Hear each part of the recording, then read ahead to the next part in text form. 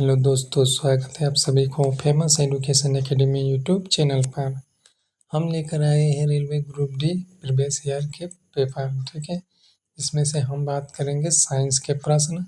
Science के प्रश्न कौन कौन से पूछे गए थे। ठीक है, ये रेलवे ग्रुप डी का एग्ज़ाम जो पिछले वर्ष एग्ज़ाम हुआ था, यानी 25/8/2022 को हुआ था, उसमें जो साइंस के प्रश्न कौन कौन से आए थे, आज उसके हम बारे में बात करेंगे। ठीक है, तो चलो स्टार्ट करते हैं पहला प्रश्न से। जो भी चैनल पर नए हैं, चैनल को सब्सक्राइब कर दीजिए, ताकि अगला वीडियो ऐसे लेकर आएंगे तो सबसे पहले नोटिफिकेशन आपके पास चला जाएगा। तो चलो स्टार्ट करते हैं पहला प्रश्न से। पहला प्रश्न है, निम्न में से कौन सा विद्युत अपघटन अभिक्रिया का उदाहरण है। ठीक है, तो इसका सही आंसर क्या हो जाएगा? इसका सही आंसर हो जाएगा ये वाला। ठीक है, ऑप्शन 3 इसका सही आंसर होगा। अगले प्रश्न की ओर से चलते हैं। प्रश्न है कि एक प्रोटॉन के चित्र में प्रदर्शित किए गए अनुसार चुंबकीय क्षेत्र में प्रक्षेपित किया गया जाता है। इस पर लगने वाले बल की दिशा डैश होगी। प्रोटॉन की गति की दिशा में, कागज के तल से बाहर की ओर, या फिर कागज के तल में अंदर की ओर, या फिर प्रोटॉन की गति की दिशा के विपरीत। तो इसका सही आंसर हो जाएगा ऑप्शन 3, यानी कागज के तल में अंदर की ओर। ठीक है, तो अगले प्रश्न की ओर चलते हैं। प्रश्न है, निम्नलिखित में से उच्चतम संयोजकता वाले तत्व का चयन कीजिए। NaL, या फिर Li, या फिर Ca। इसका सही आंसर है ऑप्शन 1 N। ठीक है, यानी सोडियम N होता है। ठीक है, निम्नलिखित में से उच्चतम संयोजन वाले तत्व का चयन कीजिए, तो N है। ठीक है, तो अगले प्रश्न की ओर चलते हैं। प्रश्न है, निम्नलिखित में से कौन सा सूत्र विद्युत धारा के प्रवाह के कारण किसी चालक में उत्पन्न ऊष्मा की निरूपित नहीं करता है। H बराबर IR²T, H बराबर I² या फिर H बराबर VLT, या फिर H बराबर V²/R×T। इसका सही आंसर है ऑप्शन 1 H बराबर IR²T। तो अगले प्रश्न की ओर चलते हैं। प्रश्न है, किसी धारावाही परिनालिका के अंदर चुंबकीय क्षेत्र डैश होता है। सिरों पर कम और केंद्र में अधिक, सिरों पर अधिक और केंद्र में कम, एक समान और अशून्य, या फिर शून्य। तो इसका सही आंसर हो जाएगा यानी ऑप्शन 3, एक समान और शून्य। तो अगले प्रश्न की ओर चलते हैं। अगला प्रश्न में क्या कहा गया देखते हैं। प्रश्न में कहा गया है कि एक अवतल दर्पण किसी वस्तु का वास्तविक उल्टा और छोटा प्रतिबिंब निर्मित करता है। वस्तु कहाँ स्थित होगी? ध्रुव और फोकस के मध्य, फोकस पर वक्रता केंद्र पर, या फिर फोकस और वक्रता केंद्र के मध्य। तो इसका सही आंसर हो जाएगा ऑप्शन 3, वक्रता केंद्र से परे। वक्रता केंद्र से परे इसका सही आंसर है। प्रश्न है, निम्नलिखित में से कौन सा पादप कोशिका में स्टार्च, प्रोटीन और तेल कणिकाएं का संग्रहण करता है? हरित लवक, अवर्णीय लवक, वर्ण लवक, या फिर जीवधर्वक। तो इसका सही आंसर हो जाएगा ऑप्शन 2, यानी अवर्णीय लवक। ठीक है, अगले प्रश्न की ओर। तो प्रश्न है कि डैश बड़ी वसा कोशिकाओं के आकार में संकुचित करता है, जिससे एंजाइम अधिक प्रभावी ढंग से काम करता है। ए पीत लवण, अनारस, या फिर आंतरस, या फिर हाइड्रोक्लोरिक अम्ल, या फिर अग्नाशयी रस। तो इसका सही आंसर है ऑप्शन ए, पीत लवण। अगले प्रश्न की ओर चलते हैं। प्रश्न में कहा गया कि निम्नलिखित को सुमेलित कीजिए। सूत्र है और उसके नाम। CH3COOH CHCl3, या फिर CH3CH2OH CH4। ठीक है, इसके ऑप्शन है नीचे पे।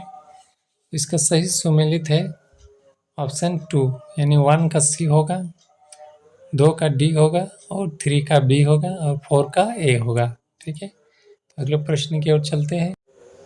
प्रश्न है, निम्नलिखित में से कौन सा दुर्बल अम्ल है? ठीक है, तो इसका सही आंसर देखते हैं ऑप्शन 1, ऑप्शन 1 यानी CH3COOH और H2CO3। अगले प्रश्न की ओर चलते हैं। प्रश्न है, निम्नलिखित में से कौन सा प्लास्टर ऑफ पेरिस का उपयोग है? पहला नंबर कांच, साबुन और कांच के विनिर्माण में, या फिर दूसरा नंबर घरेलू प्रयोजनों के लिए शोधन मार्जक के रूप में, या फिर तीसरा खिलौने और सजावटी सामान बनाने तथा सतहों पर चिकना करने के लिए, ठीक है, या फिर चौथा बैंकिंग के लिए। तो इसका सही आंसर है ऑप्शन 1 केवल 3 यानी खिलौने और सजावटी सामान बनाने में तथा सतहों पर चिकना करने के लिए, ठीक है। तो अगले प्रश्न की ओर चलते हैं। प्रश्न है, पौधे में कायिक प्रवर्धन के बारे में निम्नलिखित में से कौन सा कथन सत्य नहीं है? पहला नंबर, बीज से उत्पन्न होने वाले पौधे की तुलना में इन पौधों में फूल और फल पहले आते हैं, या फिर दूसरा नंबर, पौधे जड़, तने और पत्तियां से उगाए जाते हैं, या फिर तीसरा, उत्पन्न पौधे मूल पौधे से आनुवंशिक रूप से भिन्न होते हैं, या फिर चौथा नंबर, जो पौधे बीज पैदा करने की क्षमता खो चुके हैं उन्हें उगाया जाता है। तो इसका सही आंसर है ऑप्शन 3 यानी उत्पन्न पौधे मूल पौधे से आनुवंशिक रूप से भिन्न होते हैं। तो अगले प्रश्न की ओर से चलते हैं। प्रश्न है, कौन सा कोशिकांग विषाक्त पदार्थ और औषधियों के जहरीले प्रभाव को खत्म कर देता है? अंतर्द्रव्यी जालिका, राइबोसोम, ग्लाइकोसाइड, माइटोकॉन्ड्रिया। तो इसका सही आंसर है ऑप्शन 1 अंतर्द्रव्यी जालिका। तो अगले प्रश्न की ओर चलते हैं। प्रश्न है, निम्न में से कौन सा समूह शून्य संयोजनता के रूप में निरूपित करता है? तो इसका सही आंसर है ऑप्शन 3 यानी 18। ये प्रश्न जो है पिछले वर्ष का पूछा गया प्रश्न यानी है, ठीक है। तो आने वाली जो ग्रुप डी में जो है ना प्रश्न, वो अधिकतर इसी से रहता है, सेट से ही पूछता है, ठीक है। तो चलते ही अगले प्रश्न की ओर। प्रश्न है, डोल ड्रम भूमध्य रेखा के इर्द गिर्द 10 दाब वाले क्षेत्र है जहाँ चलने वाली हवाएं शांत होती है। उच्च वाच, या फिर स्थिर, या फिर निम्न, या फिर उच्च। तो इसका सही आंसर है ऑप्शन 3 निम्न। अगले प्रश्न की ओर चलते हैं।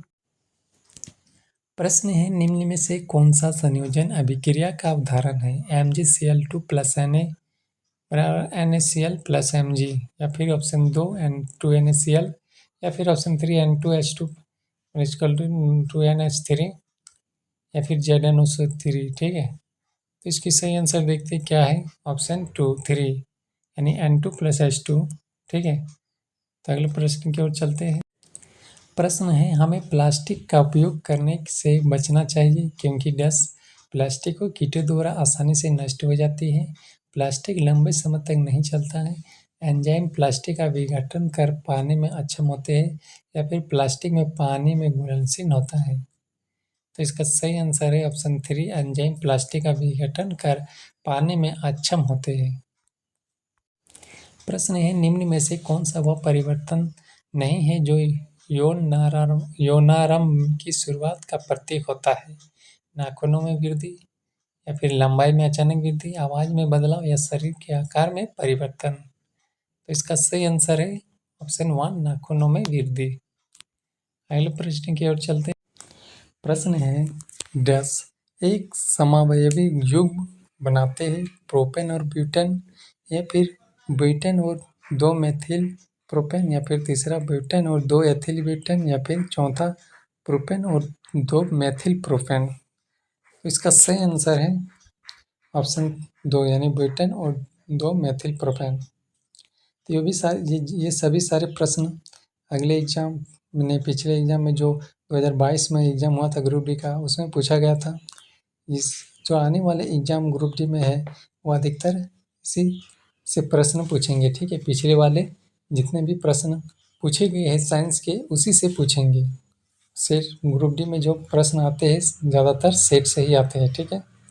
तो प्रश्न इतना ही था। तो आप चैनल को सब्सक्राइब कर लीजिए ताकि अगला वीडियो हम लाएंगे तो सबसे पहले नोटिफिकेशन आपके पास चला जाएगा, ठीक है। वीडियो अगर पसंद आए तो लाइक ज़रूर करें।